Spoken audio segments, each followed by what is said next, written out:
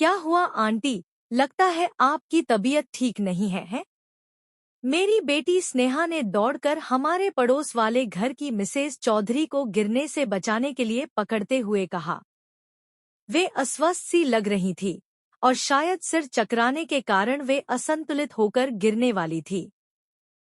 Mrs Chaudhary कुछ बोलती इससे पहले ही बेटी ने कहा, आंटी, आपको तो तेज बुखार है। चौधरी अंकल कहाँ हैं? चलिए हम आपको अस्पताल ले जाकर डॉक्टर को दिखाते हैं। मिसेस चौधरी कुछ बोल ना सकीं। उन्होंने अपने घर की ओर इशारा किया। इतने में ही चौधरी जी स्नेहा की आवाज सुनते ही अपने घर से तेजी से दौड़ते हुए आए। उन्होंने घबराई हुई मुद्रा में पूछा, क्या हुआ? मैं तो तुम्हें इस चबूतरे पर बैठाकर गाड़ी निकालने गया था। स्नेहा बोली, अंकल, आंटी को काफी तेज बुखार है, इसी वजह से शायद इन्हें चक्कर आ गया और यह गिरने ही वाली थी कि मैंने इन्हें पकड़ लिया। इन्हें तुरंत डॉक्टर को दिखाना चाहिए। मैं पापा को बुलाती हूँ। हम अभी डॉक्टर के पास चलते हैं। स्नेहा ने आवाज देकर मुझे बुलाया। बाहर आने पर मैं सारी स्थिति की जानकारी हुई। मैंने स्नेहा से हमारे अपने घर से पानी की बोतल, गिलास, ग्लूकोज लाकर मिसेस चौधरी को पिलाने को कहा। मैंने चौधरी जी से कहा, जब तक पानी लेकर आती है और मैं गाड़ी निकालता हूँ, तब तक आप भाभी जी का ध्यान रखिए। मैंने गाड़ी निकाली। चौधरी जी और स्नेहा मिसेस चौधरी को बीच में बैठाकर सहारा देते हुए पीछे वाली सीट पर बैठे। हम चारों गाड़ी से अस्पताल के आपातकालीन विभाग में पहुंचे। डॉक्टर ने मिसेस चौधरी का चेकअप किया और उन्हें स्वास्थ्य संबंधी कब और क्या समस्या है, इसकी जानकारी दी। इसके पश्चात उनके उपचार में उनको कुछ इंजेक्शन देकर इंट्रावेनस ग्लूकोज देने के लिए बोतल चढ़ाने की प्रक्रिया शुरू कर दी गई। डॉक्टर के अनुसार मिसेस चौधरी को डिहाइड्रेशन हो गया था, इसलिए रिहाइड्रेट करने के लिए चिकित्सीय देखरेख में उन्हें अस्पताल में रोकना अनिवार्य था। डॉक्टर के अनुसार उन्हें पहले ही आ जाना चाहिए था, कभी कभी देरी होना घातक हो जाता है। डॉक्टर ने उन्हें आपातकालीन विभाग से वार्ड में भेजने के साथ ही आवश्यक दवाइयां लेकर आने को कहा।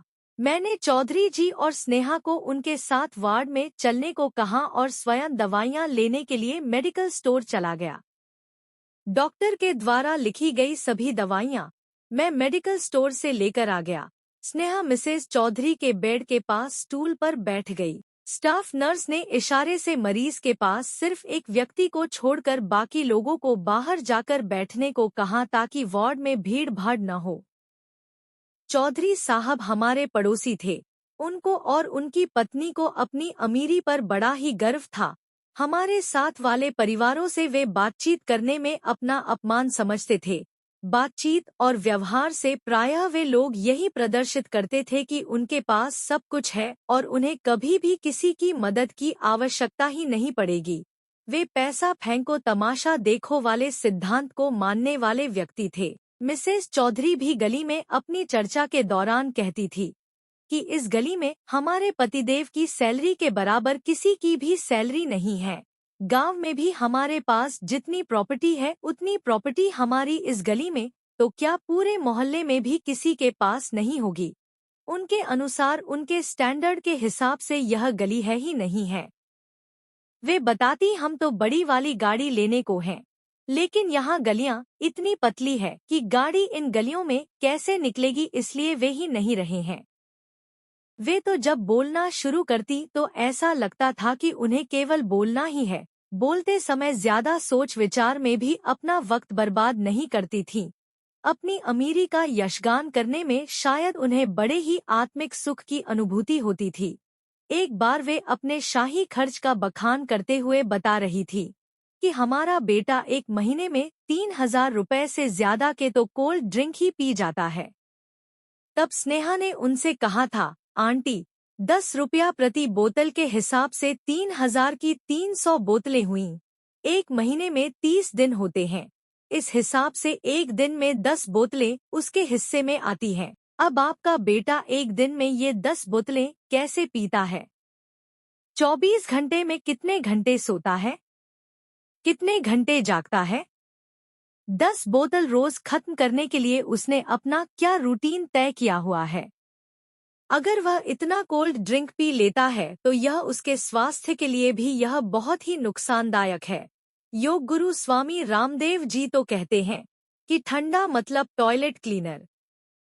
मिसेस चौधरी ने झूठ पकड़े पर भी झेंपना तो सीखा ही नहीं था।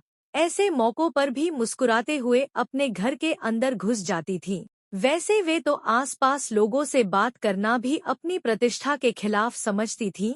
सामान्यतया किसी से बात भी तभी करती जब उन्हें शेखी बघारनी होती थी। आसपास के लोग उनकी इस आदत से भलीभांति परिचित थे, तभी तो जब वह अपनी हाँक रही होती थी तब उनकी बात को कोई गंभीरता से नहीं सुनता था। मिस्टर चौधरी उनसे भी 4 कदम बढ़ाकर थे। वे शायद ही कभी किसी से बात करते थे।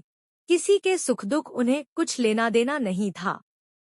अपने घर से बाहर निकलते समय या बाहर से आते हुए घर में प्रवेश करते समय वह किसी की तरफ आंख उठाकर भी देखना नहीं पसंद करते थे। किसी से मेलजोल का तो कोई सवाल ही नहीं।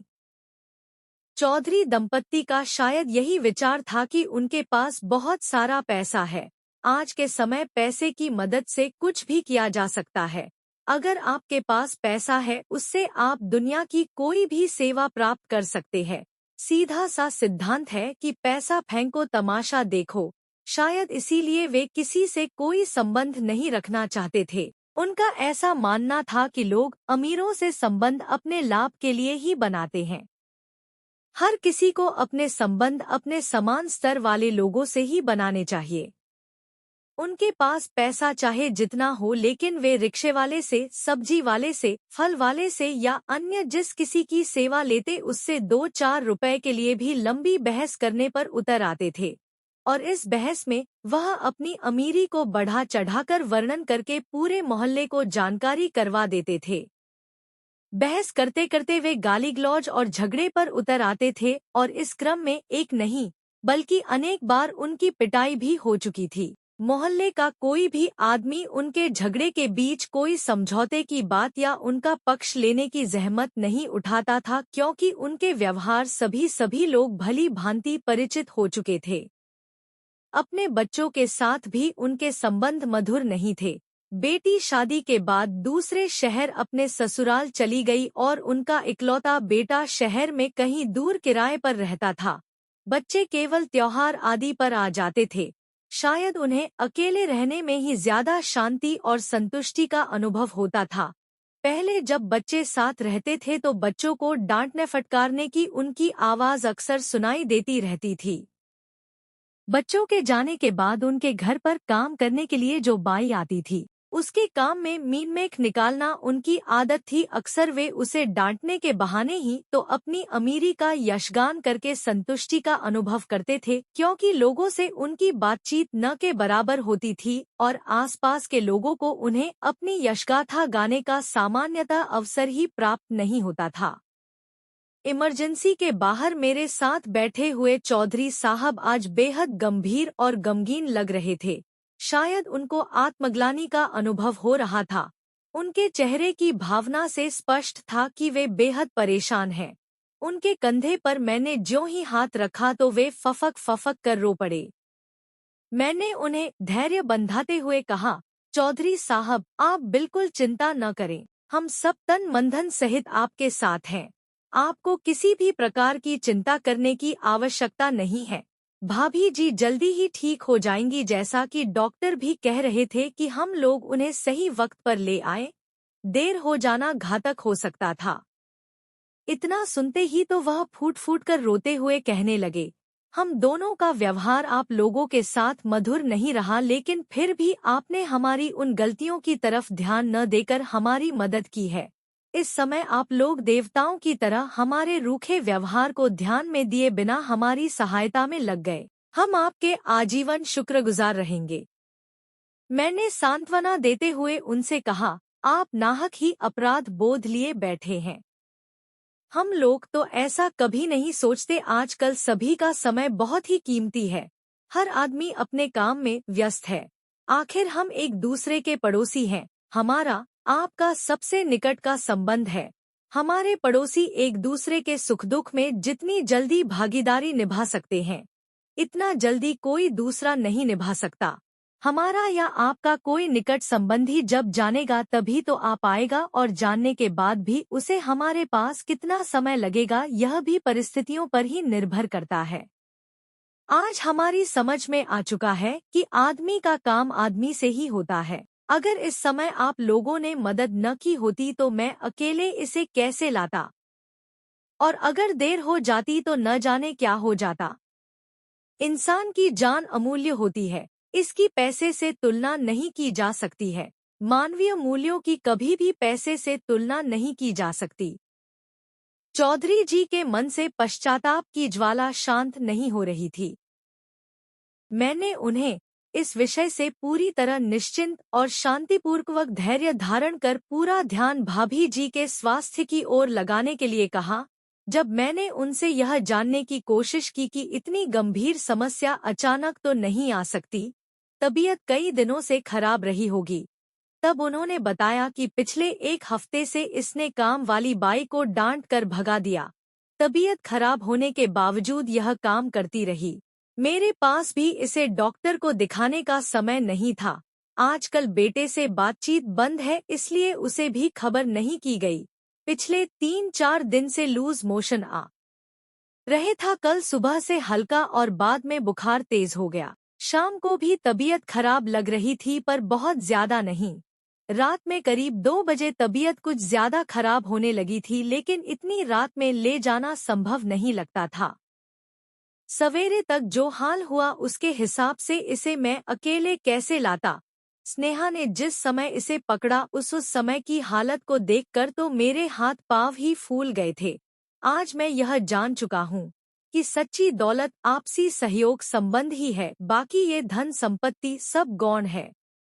मैंने उन्हें अपराध बोध से पूर्णतया मुक्त कराने के उद्देश्य से कहा, आप इन सब चीजों को भूल जाएं और बीती ताही बिसारी के आगे की सुधि ले हो, क्योंकि वे क्षण जो दुख दे उन्हें भूल जाना ही श्रेयस्कर है। देखिए, वार्ड ब्याय शायद हमें बुला रहा है। चौधरी साहब मेरे साथ साथ वार्ड बॉय की ओर बढ़ चले।